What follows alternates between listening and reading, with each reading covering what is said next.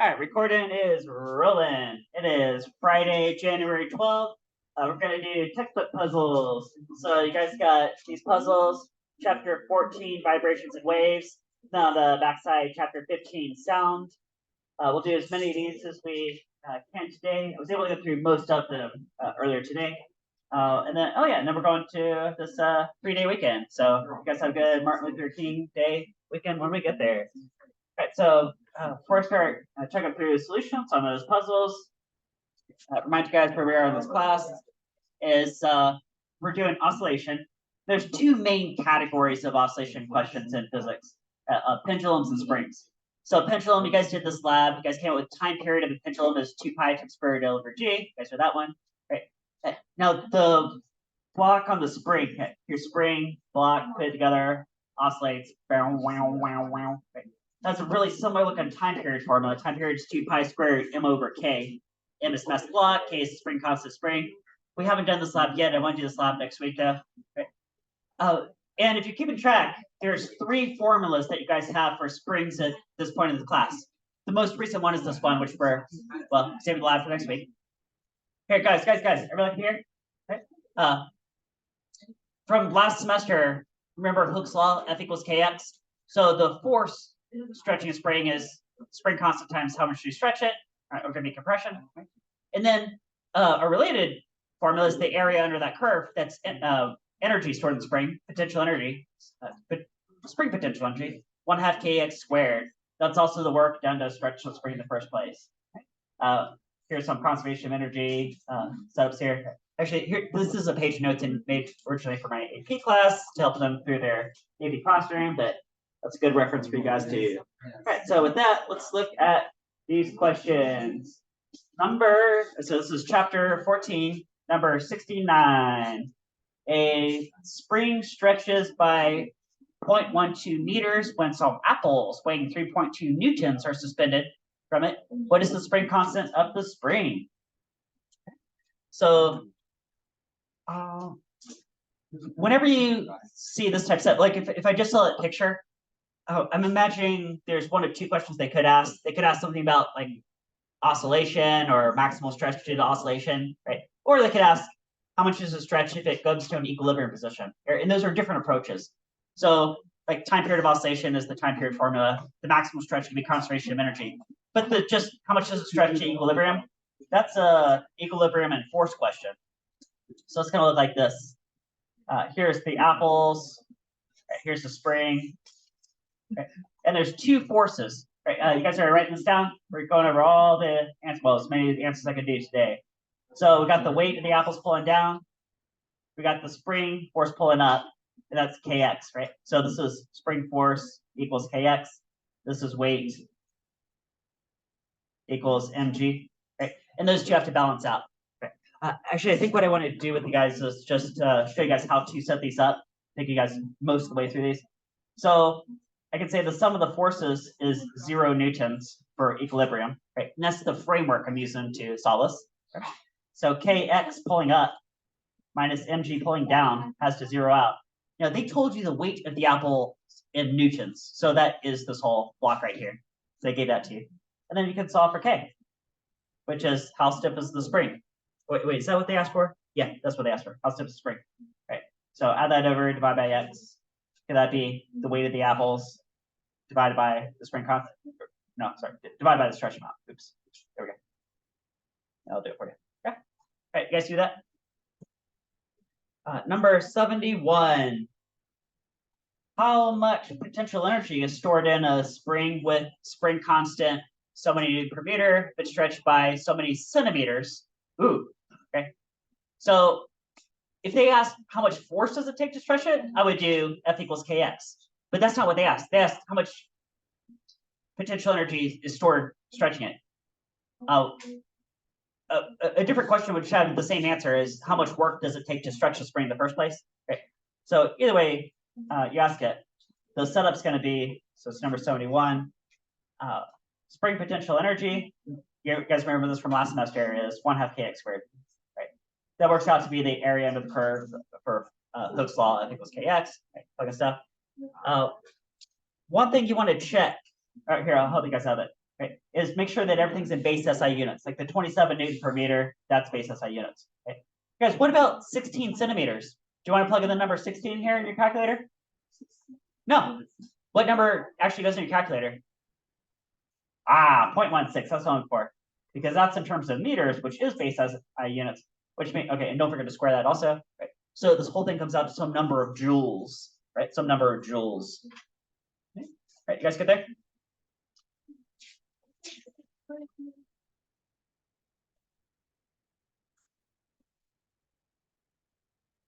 Number 73. All right. Ooh, we've got a graph. Look at that. Force versus distance graph for pulling on a spring. What is the spring constant and how much energy is stored in the spring when you stretch it to 0.5 meters? All right. Okay. So this graph exactly matches those reference page notes that I was showing you guys earlier today. Look, F versus X, and it's a straight line, which corresponds to an ideal spring, which means Hooke's law applies, F equals Kx. The slope of that line is the spring constant. Right? So, say, I put that paper here. Sorry, there. Go, probably F equals Kx. Solve for K. Then we could go K is going to be F over X. Okay. So you can plug this in. If I pick a coordinate, it could go like there's 12 newtons. We'll stretch it 0.60 meters, right? And you can find the spring constant that way. Okay. Yeah. Okay. Right. That was question A. There's also question B. How much spring potential energy? And there's two different ways you can solve this. One way you could solve spring potential energy when you stretch it at 0.5 meters is to go up to 0.5 meters. And you could find the area under the curve up to that point, right? Which would be the area of that hashed in triangle right there, right? That'd be some number of joules. The other way you could solve it, which would of course give you the same answer, is the equation version, 1/2 kx squared, right? They'll tell you the exact same answers, exact same number of joules. Okay? So if you do it this way, then you can take your spring constant from part A, again, plug it in right there, right? And then put, was it 0.5 meters being stretched right there? Right? Put it all together.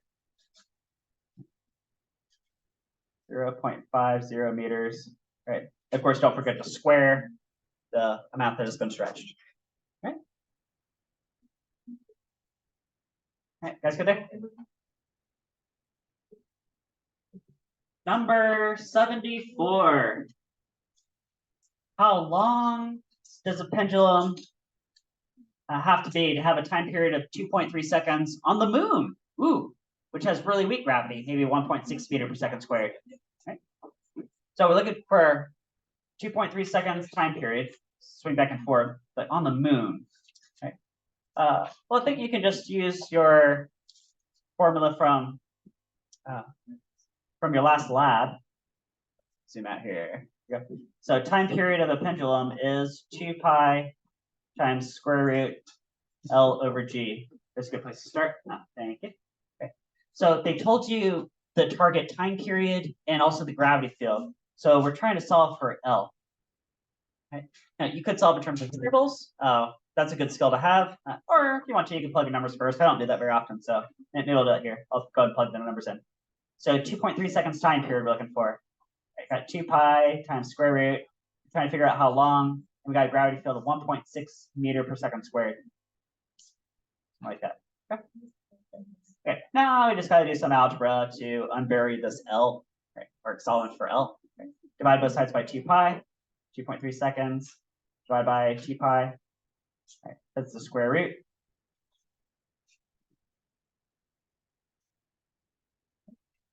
And then let's see, square both sides.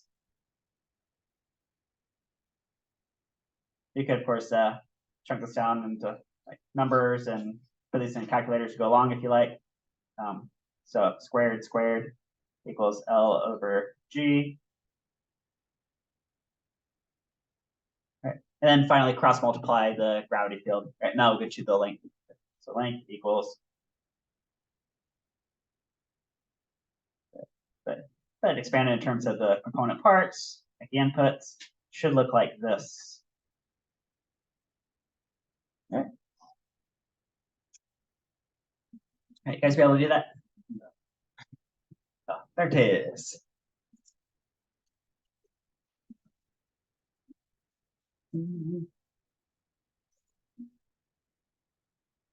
Number 75, building motion.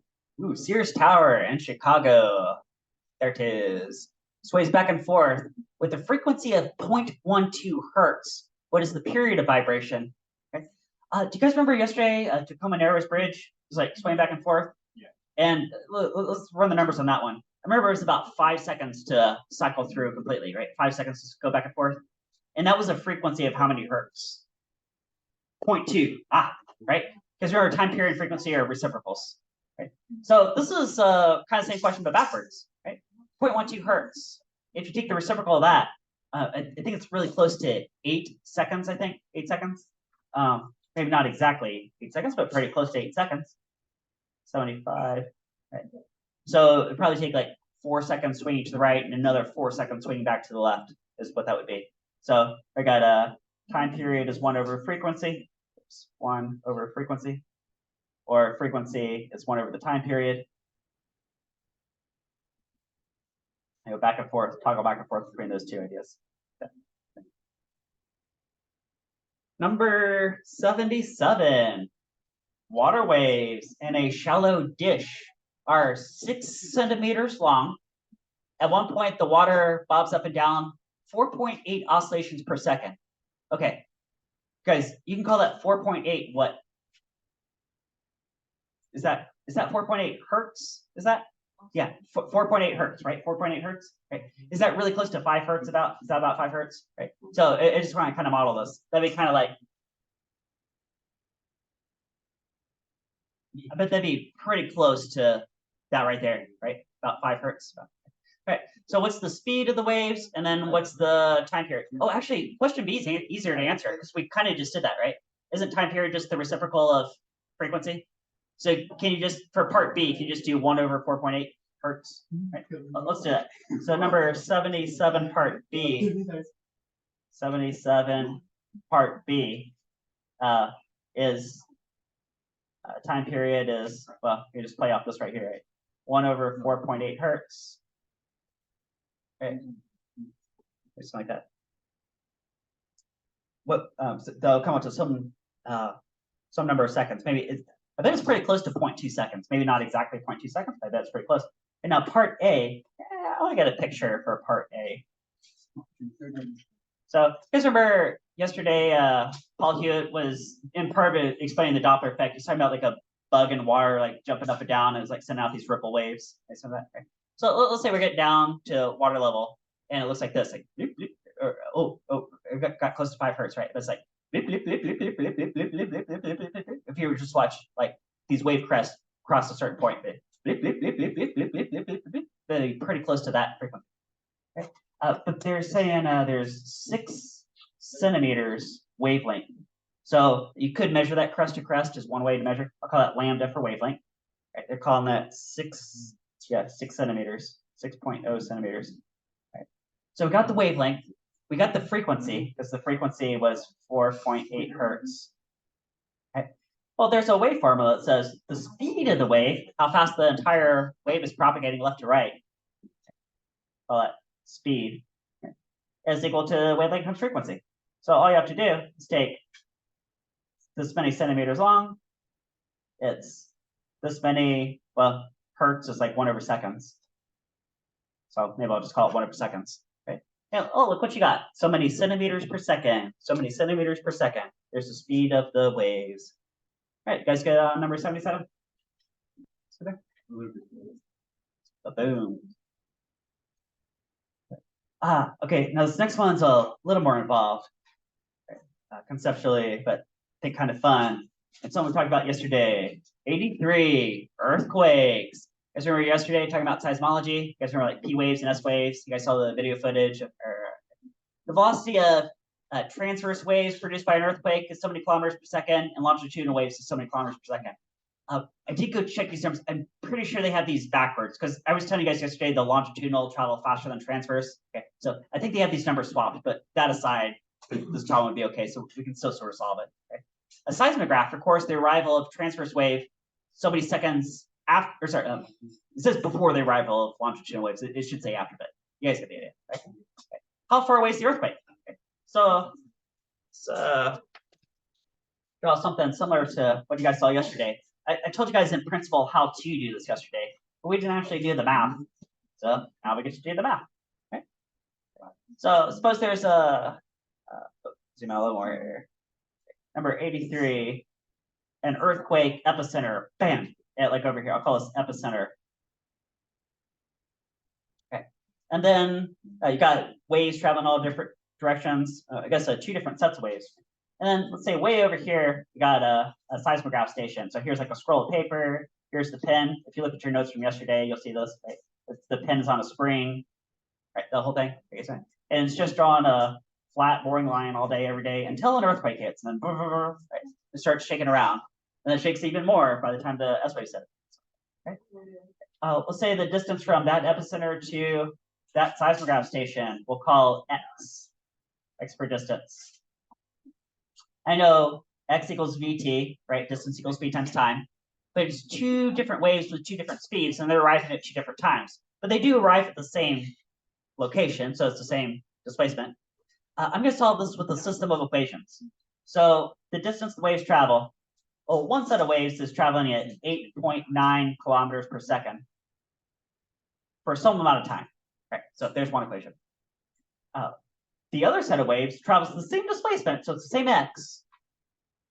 It's going at 5.1 kilometers per second. Okay, so that's slower, which means it's going to take more time to get there. Okay. So times, and you multiply by time. Now, when I multiply by time, there's different ways I could set this up. I could call this time A and time B, and then I could have a third equation that says the difference between those 2 times the 68-second gap, right? Or I could write it this way. The original time, so these 2 are now the same time. This is time plus the 68 seconds. That's seconds right there. Okay. And this right here is my system of equations. System of equations. Right? Okay. There's 2 equations with 2 unknowns. Right? This x is this x, and this t is this t. Right? Right. So are you guys okay with that setup? Okay. Not the only way to set this up, but that's one way to do it. And then now you got a system of equations. There's different ways you can solve this. You could use substitution. You could use elimination. If you're really fancy and you want to, you could pull out a matrix. I'm going to use elimination. So I'm going to distribute this 5.1 kilometer per second into both these to make 2 terms over here. Right. So that's x equals 5.1 kilometers per second for some time plus. And then this times this, see, looking at my notes from earlier, I got this many, and that would be kilometers at that point. Okay, then I can copy paste that other equation. Looks like this, kilometers per second times t. Okay, so here's my system. I just wrote it a little bit different. It's the same system though, right? Okay. Now, an elimination method could be, I could subtract one equation from the other equation. So just go subtract, okay, like that. Which eliminates one variable, which means I can solve for the other variable, in this case, time. So subtract. This is 0 equals negative 3.8 kilometers per second times t plus 346.8 kilometers. Okay, you guys okay with that? Okay, so while you guys are getting up to that point, recap what we got. We got an earthquake, sends out 2 sets of waves. We got a seismograph station here that receives those waves at 2 different times, and the time gap is 68 seconds. Okay. Question is, how far away did the earthquake happen? Okay. So you say, well, I know distance equals speed times time. That's the main framework. I can set up 2 different equations with that. Right? It's the same distance, and we got this time gap. So time and then time plus 68 seconds. Okay. And then you can pick one of a number of different algebra methods to solve a system of equations. Okay? Now at this point, can I subtract this over and then divide by, so negative divided by negative gives you positive.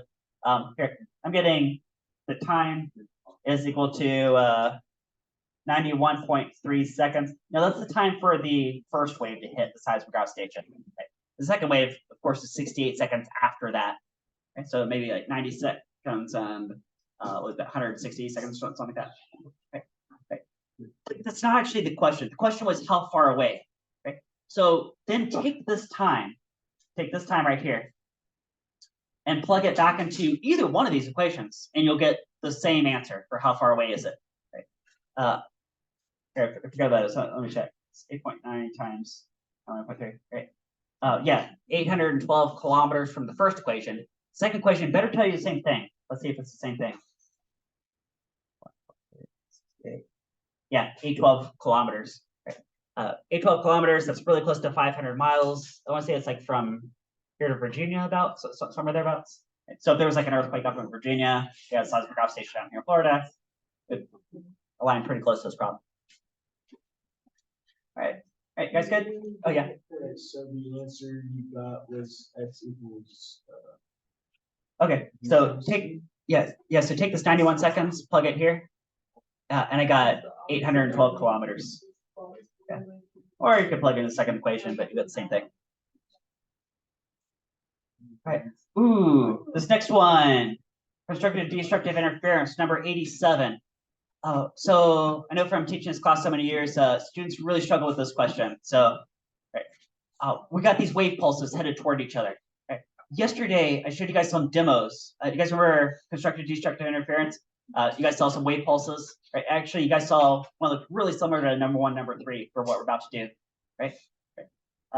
So as they're aligned, like center to center on this dashed line graph, what does it look like as they're crossing over each other?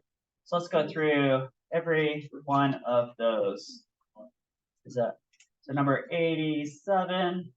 Oh, let me zoom out. I guess it's this. I'm going to divvy my own paper into quadrants and solve each one of those in its own quadrant. Okay, let me start with the setup for each one of those. Right, so here's question number 1, number 2, number 3, number 4 I'm about to do. Right, and here's what they gave you. Got a pulse looks like this and this, and these two are headed toward each other. This one's going to the right, this one's going to the left. What happens when they're aligned center to center? Okay. Question number 2, just copying exactly what they gave you. Looks like this, and those two pulses again are headed toward each other. Question number 3.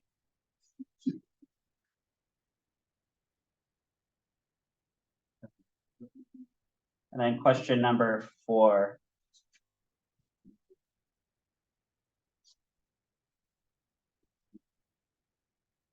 Okay, so there's the setup. Right. Let's solve this. Right, that's how we do it. Right, so while they're crossing over each other, okay, so we'll have some rope going on. Right, maybe I'll kind of dash this in the middle so I can figure out what's going on. Right. Right. What I'm going to do is method I'm going to use to solve this. I'm going to take each pulse. I'm going to sort of like dash draw it. Right, so this pulse on the left going to the right looks like that. The pulse on the right going to the left looks identical to it. So I'll draw it like right on top of it. Right, and then I'm going to add the amplitudes together at each location. So on the far left is 0 plus 0. Guys, what is 0 plus 0? 0. The far right, let's call this 1 unit tall plus another 1 unit tall. Guys, what is 1 plus 1? Maybe 2. That's like way up here, isn't it? Ooh, it's huge constructive interference. What about right in the middle? A half unit tall plus a half unit tall creates what? 1. Right. And you could create more points if you wanted to, but you guys see that at the end of the day, they're all going to line up like that, right? All right, so then here's the rest of the rope. Then draw it all. Right. There you go. So that's the answer to question number 1 on 87. Right, you guys kind of get that? Let's try this. We'll do the exact same method for these other ones. So I got this rope here. So I got a wave pulse that looks okay. Starts out identical to the first one we did right there, and oh, and this one's backwards to that, so it's horizontally flipped. Right. So now these two are interfering constructively on top of each other. Right. So let's do the same method. So the far left is 0 plus 1. Guys, what is 0 plus 1? 1. The far right is 1 plus 0, which is 1. In the middle is a half plus a half, which is 1. Right. Let's do one more. How about this one? What's 1/4 plus 3/4? 1. Right. So you guys see it's going to create like a rectangle looking shape at the point that they're crossing over. And what you guys remember yesterday too from the video, you guys saw actual versions of these, right? Was those pulses will continue to cross right on through each other. They'll just keep on going, right? But at the moment that they're crossed over, line center to center, that's what that looks like. Number 3, so same method. It's got a rope going, dash this in the middle. Okay, so this guy coming up like this guy coming down like this. Okay, and I've got them aligned right on top of each other. Okay, so same method. The far left says 0 plus -1. What is that? -1. The far right is 1 plus 0, which is 1. In the middle is +1/2 plus -1/2, which gives you 0. All right, put it all together. It's gonna look like that, isn't it? Set. Okay, so finish off that rope sway pattern right here. Boom. There we go. There's the answer. As they're crossing over each other, yeah, look like that. Okay. And last one. So let's see, I have this type looking pulse and this type looking pulse. Okay. Right, so far left, what is 0 plus 0? 0. Far right, what is +1 plus -1? 0. Ooh. Right in the middle, what is +1/2 plus -1/2? 0. Hey, is that going to look like that? It's going to be a flat rope, isn't it? Right? Which actually is an example of what I showed you yesterday. There were 2 guys with ropes. There's positive, negative pulse, right? And they looked a lot like that. As they were crossing over each other, it flattened out, but only for one moment. They went ahead and crossed it. All right, everybody good? We good? All right, number 88. What is the time period of a pendulum with length 1.4 meters? Ooh. Okay, 1.4 meters, so almost 1.5 meter sticks. If I made a string that long and I hooked like one of these lab masses to it, then how much time would it take to go back and forth? Is this just time period equals 2 pi times square root of L over G? Yep. This many meters. Maybe this many meter per second. Squared meter per second squared. They didn't actually mention gravity field, right? But a lot of times, well, you guys have seen a number of times that physics textbooks might want to have something implied, like Earth gravity as a common implication. Okay.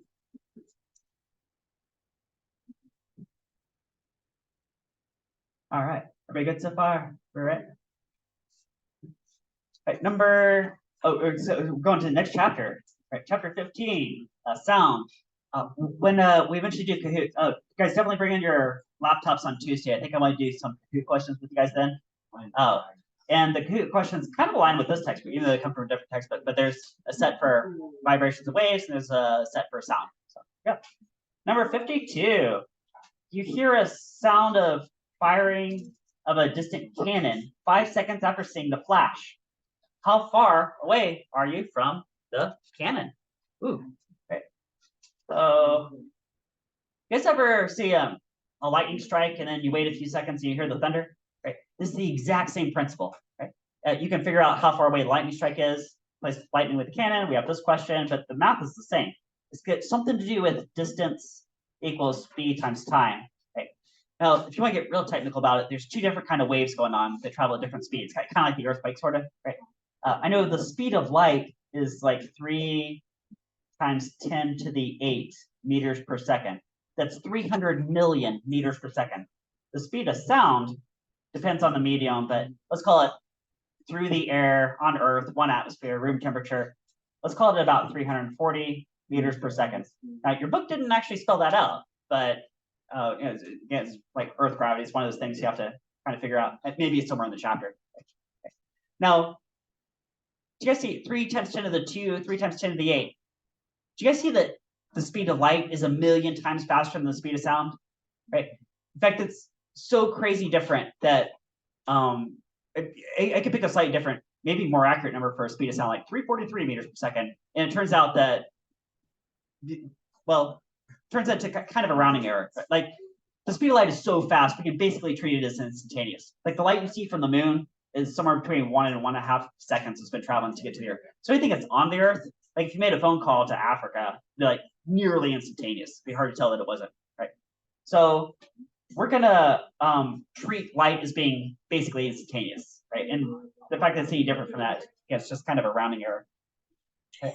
So for distance equals speed times time, yeah, thank you. All right, we're gonna just go ahead and plug in the speed of sound. So there, meters per second. Okay. And we saw a delay of, said 3 seconds. Okay. Put it all together, it gives you this many meters. Guys, is that really, really close to 1 what? Kilometer? 1 kilometer about? Okay. Okay. So here I'm gonna show you guys a good rule of thumb. And this shows up in the Kahoot questions when eventually we're gonna see these. Right? If you see a lightning strike and you hear the thunder 3 seconds later, how far away is that lightning? 1 kilometer. If you see a lightning strike and you hear the thunder 9 seconds later, how far away is the strike? 3 kilometers. If you see a lightning strike and you hear the thunder 12 seconds later, how many kilometers? 4 kilometers, right? Because 4 times 3 is 12. Okay. So every 3 seconds is like 1 kilometer away. Okay. You might have learned a version of this in terms of miles, like in terms of American. So the conversion factor there is like 5, because the ratio of 1 mile to 1 kilometer is like a 5 to 3 ratio. Okay. So let's do miles. Suppose you see a lightning strike and you hear the thunder 5 seconds later.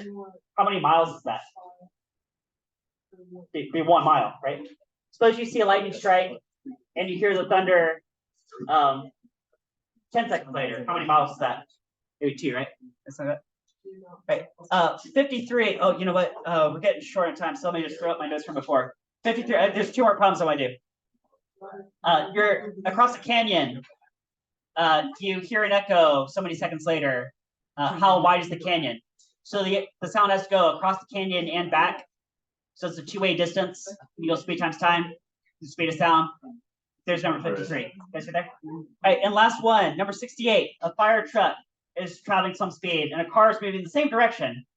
And here's the truck approaching it from behind. What frequency is heard by the guy in the car? Again, I'm just going to show you guys earlier notes because we're a little short on time here. This is Doppler effect. Okay. All right, so here's the observed frequency. Here's the car. Here's the fire truck coming up behind it faster. The observed frequency by the guy in the car is equal to the source frequency from the truck. Now, if nobody's in motion, that's the entire story. Everybody agrees on the frequency, like a musical note, right? But the fact that these vehicles are in motion, that opens up the speed of sound plus or minus speed of observer, or I should say velocity, right? Divided by speed of sound plus or minus velocity of the source. Now, the tricky thing about Doppler is equations, you have to figure out whether to navigate, how do you navigate the plus or minus? Because that's an option, right? So I like to work with this logically. Let's do this logically. Here, guys, stick with me here. Last couple minutes. The fact that you, from your point of view in the car, you're trying to go away from the truck. In isolation, is that going to increase or decrease the frequency? It should decrease the frequency, which means that on top you're going to go plus or minus. Minus, right? Okay.